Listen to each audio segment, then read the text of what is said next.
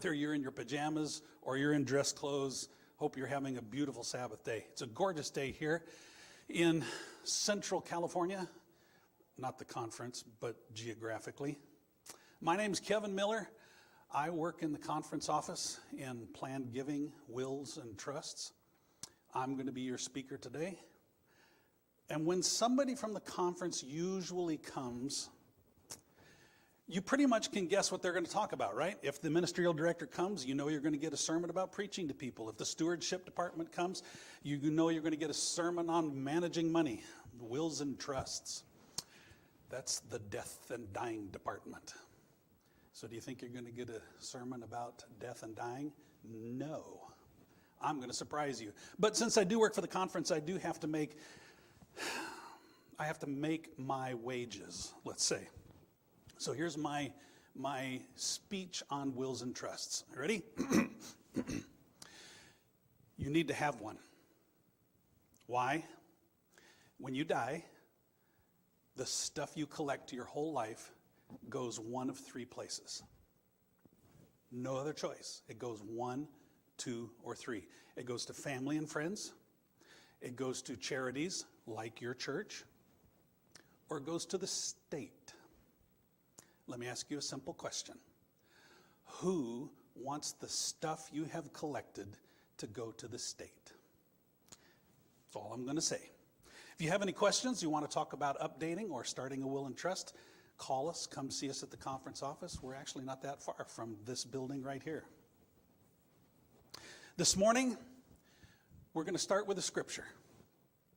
The scripture is on the screen behind me. Or if you have a Bible, you can look it up. It's in Proverbs 3, verses 5 and 6. I'm going to read it from the Clear Word Bible. Trust in the Lord with all your heart, and don't depend on your own understanding. Put the Lord first in everything you do, and He will direct your life. Let's pray. Father in heaven, thank you for a beautiful Sabbath day. Thank you for the warm weather, for the rain, for keeping us safe and healthy during the week. Please be with us now. Give us an open mind and help us to be ready to receive your words. I pray in your name. Amen. Lake Elsinore, August 18, 2002. I know that because it's written right here on the ball. Why do I have this written on a ball? Well, when I first moved to California, I lived down south, and the church I was attending decided we were going to have a men's night out. And so we got a bunch of guys into 4 or 5 different cars. We drove up to Lake Elsinore. We were going to watch a minor league baseball game, the Lake Elsinore Storms. If any of you have ever been to a baseball game, you know they're not the fastest paced game that was ever invented. And so there's a lot of socializing that goes on, which we were doing too. We had really good seats. We were sitting more or less behind home plate, and we were talking to the guys next to us and talking to the guys next to us and having a grand time and, watching the baseball game at the same time. When one guy got up to the plate and he swung at the ball, hit a foul down the third baseline. And it went foul, so the pitcher pitched a second ball. The ball came in at the batter just as I turned to talk to the man next to me. And the batter swung the bat. You could hear it, but I was looking here at the guy next to me. You could hear the bat hit the ball, and you could hear the crowd go, and I sort of had one eye turned this way, and I saw something flicker. So I looked away from the guy that I was talking to, and I can't even remember what we were talking about. And as I looked away, this ball, was about 8 feet away from me, coming quick. Not at me, but coming at Pastor Uli, sitting right next to me. And you know how this stuff goes, right? Faster than the blink of an eye, faster than you can think about it, faster than you can even speak it. As I'm half looking at Pastor Uli and half wondering what the noise was, I just reached my hand up, about right here, and the ball smacked into my hand. Pastor Uli, his head comes back in shock. If I didn't, it would have hit, this ball would have hit and maybe done serious damage to Pastor Uli. Does that make me a hero? What does a hero look like? That's what I'm going to talk about. Tell me what you think. Patient A. Patient A and B are both well-known authors who dabble in painting. Patient A, he's a non-smoker, he's a non-drinker, he maintains his ideal body weight, he sees his doctor for regular checkups and follows his advice. On his doctor's recommendation, he exercises daily, he gives up high cholesterol foods entirely, he also eats, vacations, and sleeps according to a regular routine on doctor's orders. Patient B. Patient B is 4 inches shorter than patient A. He weighs 100 pounds more than patient A. He's a lifetime smoker. He's a drinker. He adores high cholesterol foods. He exercises only sporadically and only when he feels like it. He often stays up until 3 o'clock in the morning, and sometimes he sleeps until noon. He doesn't trust doctors. He rarely takes advice. Even after a major heart attack, he refuses to quit smoking, drinking, or eating eggs for breakfast. He doesn't take medications prescribed for high blood pressure, and then he even returns to work 48 hours after his heart attack. So, let me ask, if you compare these two men, which one would you prefer to have as a neighbor, a son-in-law, even a president? Only in a culture like ours, where we're blinded by superficial fitness, would we believe we know anything about anyone, their character, their morality, based on their looks? Patient A is Adolf Hitler. Patient B, Winston Churchill. So what does a hero look like? Proverbs 3. Trust in the Lord with all your heart. Don't depend on your own understanding. Put the Lord first in everything you do, and He will direct your life. Let's talk about a movie, shall we? A few years ago, there was a movie. It was called Unbreakable. The movie starred Bruce Willis. Bruce Willis played a man named David Dunn. David Dunn is a hero. Not like a fireman or a policeman kind of hero, but he's a real superhero. The movie, in its entirety, asks the question, what do heroes in general look like? What if they were real? Not like a fireman or policeman, not somebody who lives in Metropolis or Gotham City, but somebody who lives right next door to you who has superhuman abilities. It's an interesting idea. The movie starts with a train crash where David Dunn is the only survivor and takes off on his journey of discovery from there. Now, David in the movie is not anything special. He's got troubles in his marriage, just like everybody does. He's looking for a job because he's unhappy where he works. He's wanting a better life than what he has. He has no reason to suspect he's any different than anyone else. He's just another face in the crowd. Kind of like another David we've heard about. If you've got a Bible on your couch next to you, turn to 1 Samuel 16. This is a story that we all know really well. Soon afterward, the Lord said to Samuel, "How much longer are you going to grieve over Saul? I have rejected him as king, and there's no turning back. So fill your horn with olive oil and go to Bethlehem to worship. Stay at the house of Jesse, for I have chosen one of his sons to be king." You can read the whole chapter yourself. It's an interesting story, but I'm going to give you the Reader's Digest version, okay? Saul has screwed up really bad, and so God has turned his back on supporting Saul. Saul had your chance, you screwed it, you've done everything you can do against what I wanted you to do, so I'm going to choose somebody else as king. He goes to Samuel and tells Samuel, "Samuel, I want you to go out here to Bethlehem and anoint one of Jesse's sons." Now, Bethlehem, what was Bethlehem? Bethlehem wasn't the San Francisco of the day. Bethlehem was more like Angels Camp. It was a backwater nowhere that had nothing going on. Somebody might have heard the name, but there was nothing special about Bethlehem. But God told Samuel to go there. Okay, fine. Samuel goes there. He figures, after all, God probably knows what he's doing, right? So he gets to the home of Jesse and says, "Jesse, I'm here to anoint one of your sons. Bring them out for me."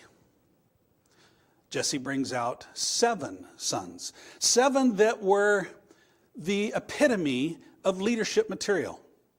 Son number 1, he's tall. He's probably 6'4". He's got piercing eyes. He's strong. He's straight stature. He's the perfect image of a soldier or a leader or a king. Samuel's probably thinking, wow, God really knows what he's doing, right? So he gets out his stuff and is getting ready to crown Eliab king, and God whispers in Samuel's ears and says, "Nope, it's not him." Well, okay, Jesse, bring another son. And so one after the other, son number 2, son number 3, 4, 5, 6, and son number 7, Jesse brings out, and for each one of them, with all of their perfect traits that Samuel's looking at, God whispers in his ear and says, "Nope, it's not this one." So now Samuel's getting kind of confused. God did tell me to come here, but what's up with this? And so he looks at Jesse and he says, "Jesse, is this all? Is this all you've got?" Jesse gets kind of sheepish and said, "Well, there is David, but he's just a kid. He's a kid. He's out watching the sheep while we're here." So Samuel says, "Well, I'm doing nothing." He threatens basically a hunger strike until you go get David, bring him back here. So they send for David. David comes in. As soon as David comes around the corner of the house, God whispers in Samuel's ear, says, "That's him." Wow, the kid. Okay. Until that moment, David was normal. Until that moment, David was totally unnoticeable. He was everyday Joe until that moment. There was nothing special about him. And in the movies, it's easy to spot a hero, right? Because the hero is always wearing the brightly colored tights, or a cape, or a mask, or he's got muscles like Arnold Schwarzenegger, or he's got Stallone's intensity, or he's got 007's charisma. Not David. David was just a kid. He was normal. 1 Samuel 16, verse 7. "The Lord doesn't make decisions the way you do. People judge by the outward appearance, but the Lord looks at a person's heart and intentions and thoughts." God looked at David and he saw what he wanted to see in a leader, a king. So what did God see? What did God see that made him think that this was the perfect man? If his criteria is so much different, what was in David's heart that showed God he was the man for the job? Fortunately, we can find out, because it just so happens that David kept a journal, and we can read that journal. or good portions of it. These poems and songs let us know what God was looking for. The first one is all of them are found in the book of Psalms. So where is Psalms, you might ask? If you take your Bible and you let it fall open to the middle, odds are it's going to fall right there in Psalms, and you can read all about it. Take time to look at this during the week. You'll discover all kinds of interesting things. So let's take a few minutes and look at the criteria that God looked at for making David a hero. The first one, humility. So what is humility? There's a line in the movie Superman where the boss tells Clark Kent, "You have bags of humility." Okay. There's also a guy who said he was going to write a book, and the name of the book was going to be Perfect Humility and How I Gloriously Achieved It. Is that humility? How about Ted Turner, who said, "If only I were humble, then I'd be perfect." Saying you're humble is different than real humility. Most of the time, what we have could probably be better called affected humility. In other words, we be humble so that people see we're humble and recognize us as being humble, but that's really not humble. Humility is actually taking the focus completely off of yourself instead of being humble so somebody could notice. David understood that. Psalms 131. David says, "Lord, my heart is not proud, my eyes are not haughty." And understand here, David's not bragging, saying, "My heart is not haughty." No, he's talking to God. God is his maker, his creator. He recognizes that. So he's just having a conversation, saying, "My heart isn't proud. My eyes are not haughty."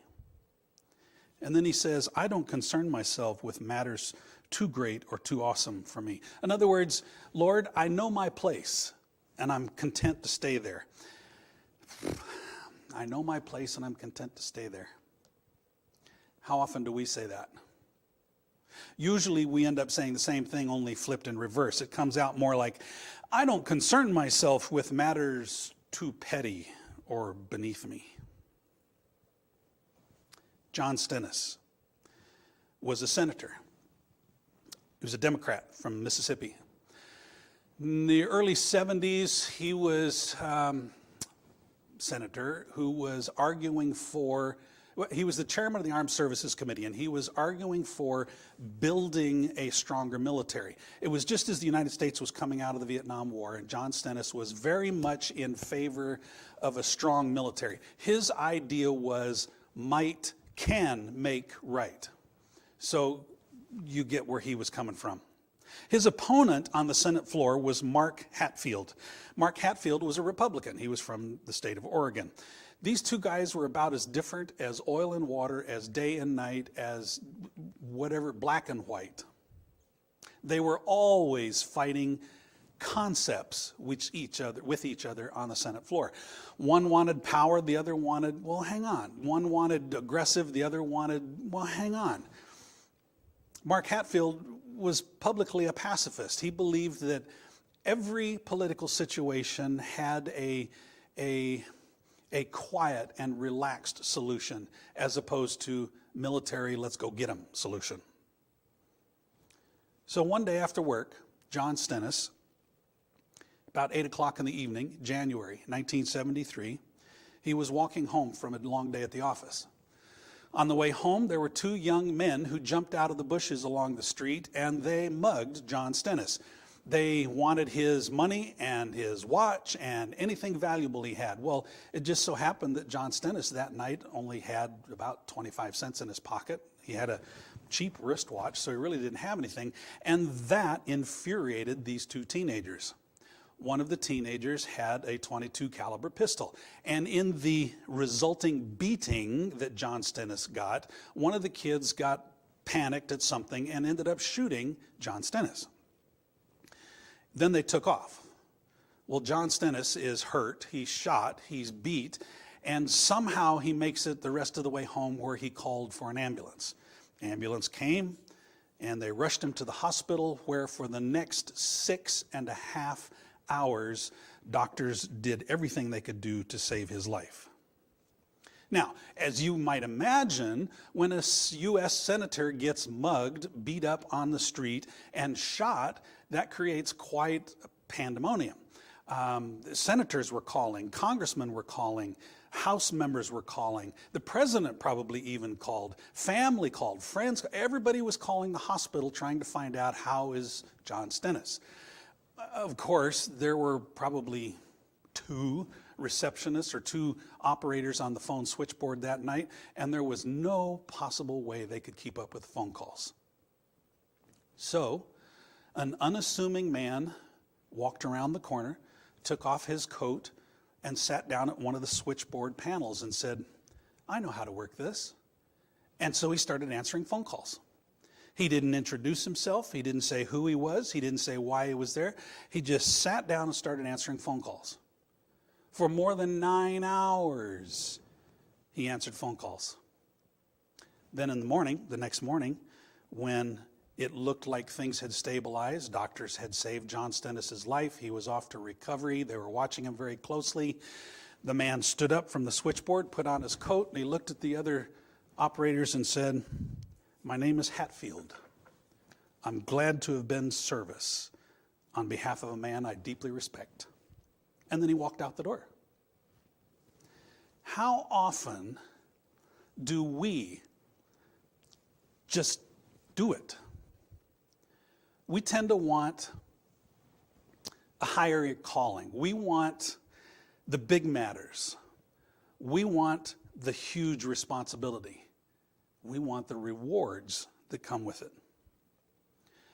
But David says here, I don't concern myself with matters too great or too awesome for me. I have stilled and quieted myself as a small child is quiet with his mother. So I think God saw humility. Another attribute I think God saw was passion. Again, Psalm 63. O God, you are my God. I earnestly search for you. My soul thirsts for you. My whole body longs for you in this parched and weary land where there is no water. Your unfailing love is better to me than life itself. How I praise you. I will honor you as long as I live. David, it appears, only wanted to love and serve his Creator. Now, everyone has a religion, even atheists. We all have something that drives us from day to day. For some of us, it's money. For some of us, it's success. For some of us, it's fame. For one man I used to know, it was patents. He worked 20 hours a day because he wanted to have patents recorded in the patent office. For David, that passion of his was God. So let me back up and look at a bigger picture here for a second. What does it mean to be a Christian to you? One of the first things that a lot of people come to mind and say is that it's making God number one in your life, right? Which sounds like a good answer, but is it? Or should it be more making God the only one in your life? And that doesn't mean you can't love friends or family. That doesn't mean that you can't have other important things in your life. That just means that whatever it is, it cannot, will not ever supersede God and his love for you. That's a passion. Whatever it is that you put before anything else, that's what God wants. He wants to be a middle of every part of your life. So, let's say God looks for passion. The last one for today, comes from Psalms 23. Everybody knows Psalms 23. That's a famous one, right? The Lord is my shepherd. I shall not want. I have everything I need. He lets me rest in the green meadows. He leads me beside peaceful streams. He renews my strength. He guides me along the right paths, bringing honor to his name. Even when I walk through the valley of the shadow of death, I will not be afraid, for you're close beside me. Your rod and your staff protect and comfort me. Did you know, I'm going to digress just a minute. Did you know that David is not just being flowery speechy?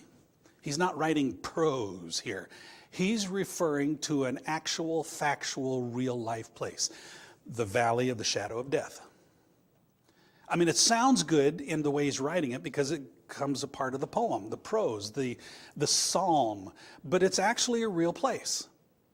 If you look it up, Jerusalem is here, and Jericho is here. And the most direct route to get from Jerusalem to Jericho was more or less straight across. And that straight across goes through a very deep gully path. I say gully, but it was more like a miniature Grand Canyon. I mean, it was steep cliff walls, narrow at the bottom. Matter of fact, the sun only would get to the bottom during the middle part of the day. By 2 o'clock or so, the sun's already gone past the edge of the other side of the cliff, and the valley is in the shadows once again. Now, being the most direct and straight route from Jerusalem to Jericho, it was very popular with businessmen back in Jesus' day.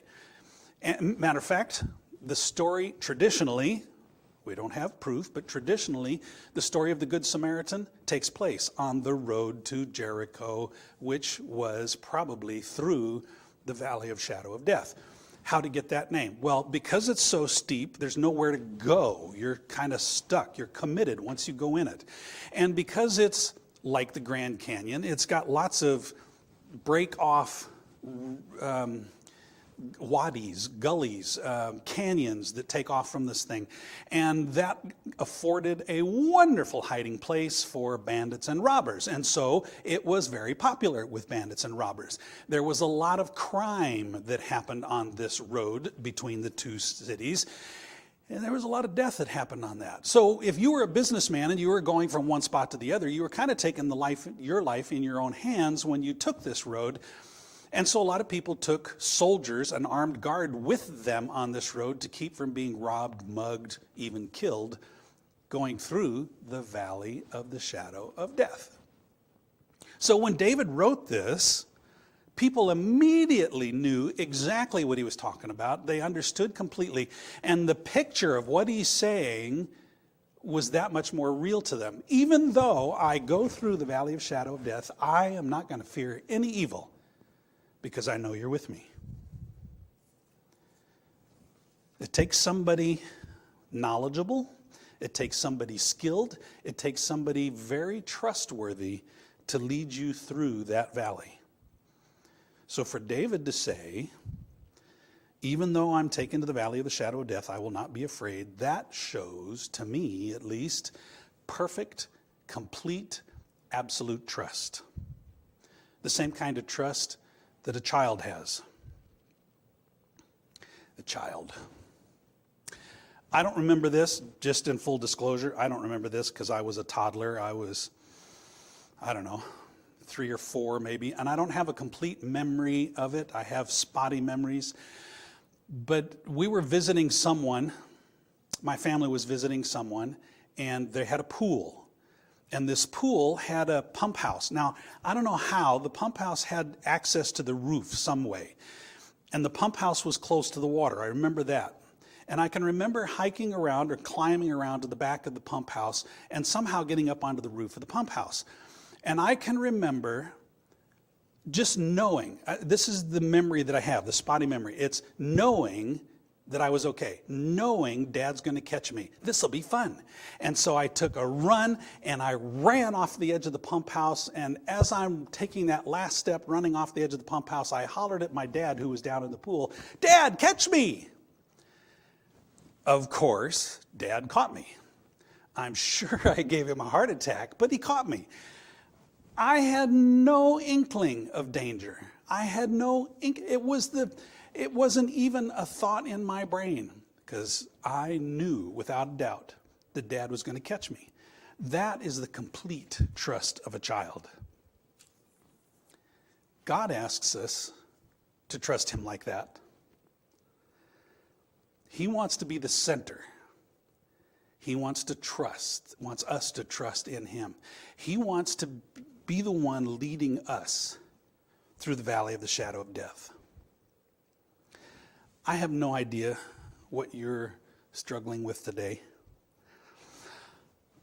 Maybe you feel like you're a nobody. Maybe you feel like nobody cares. Maybe you feel like there's no point. Maybe you, on the other hand, struggle with pride.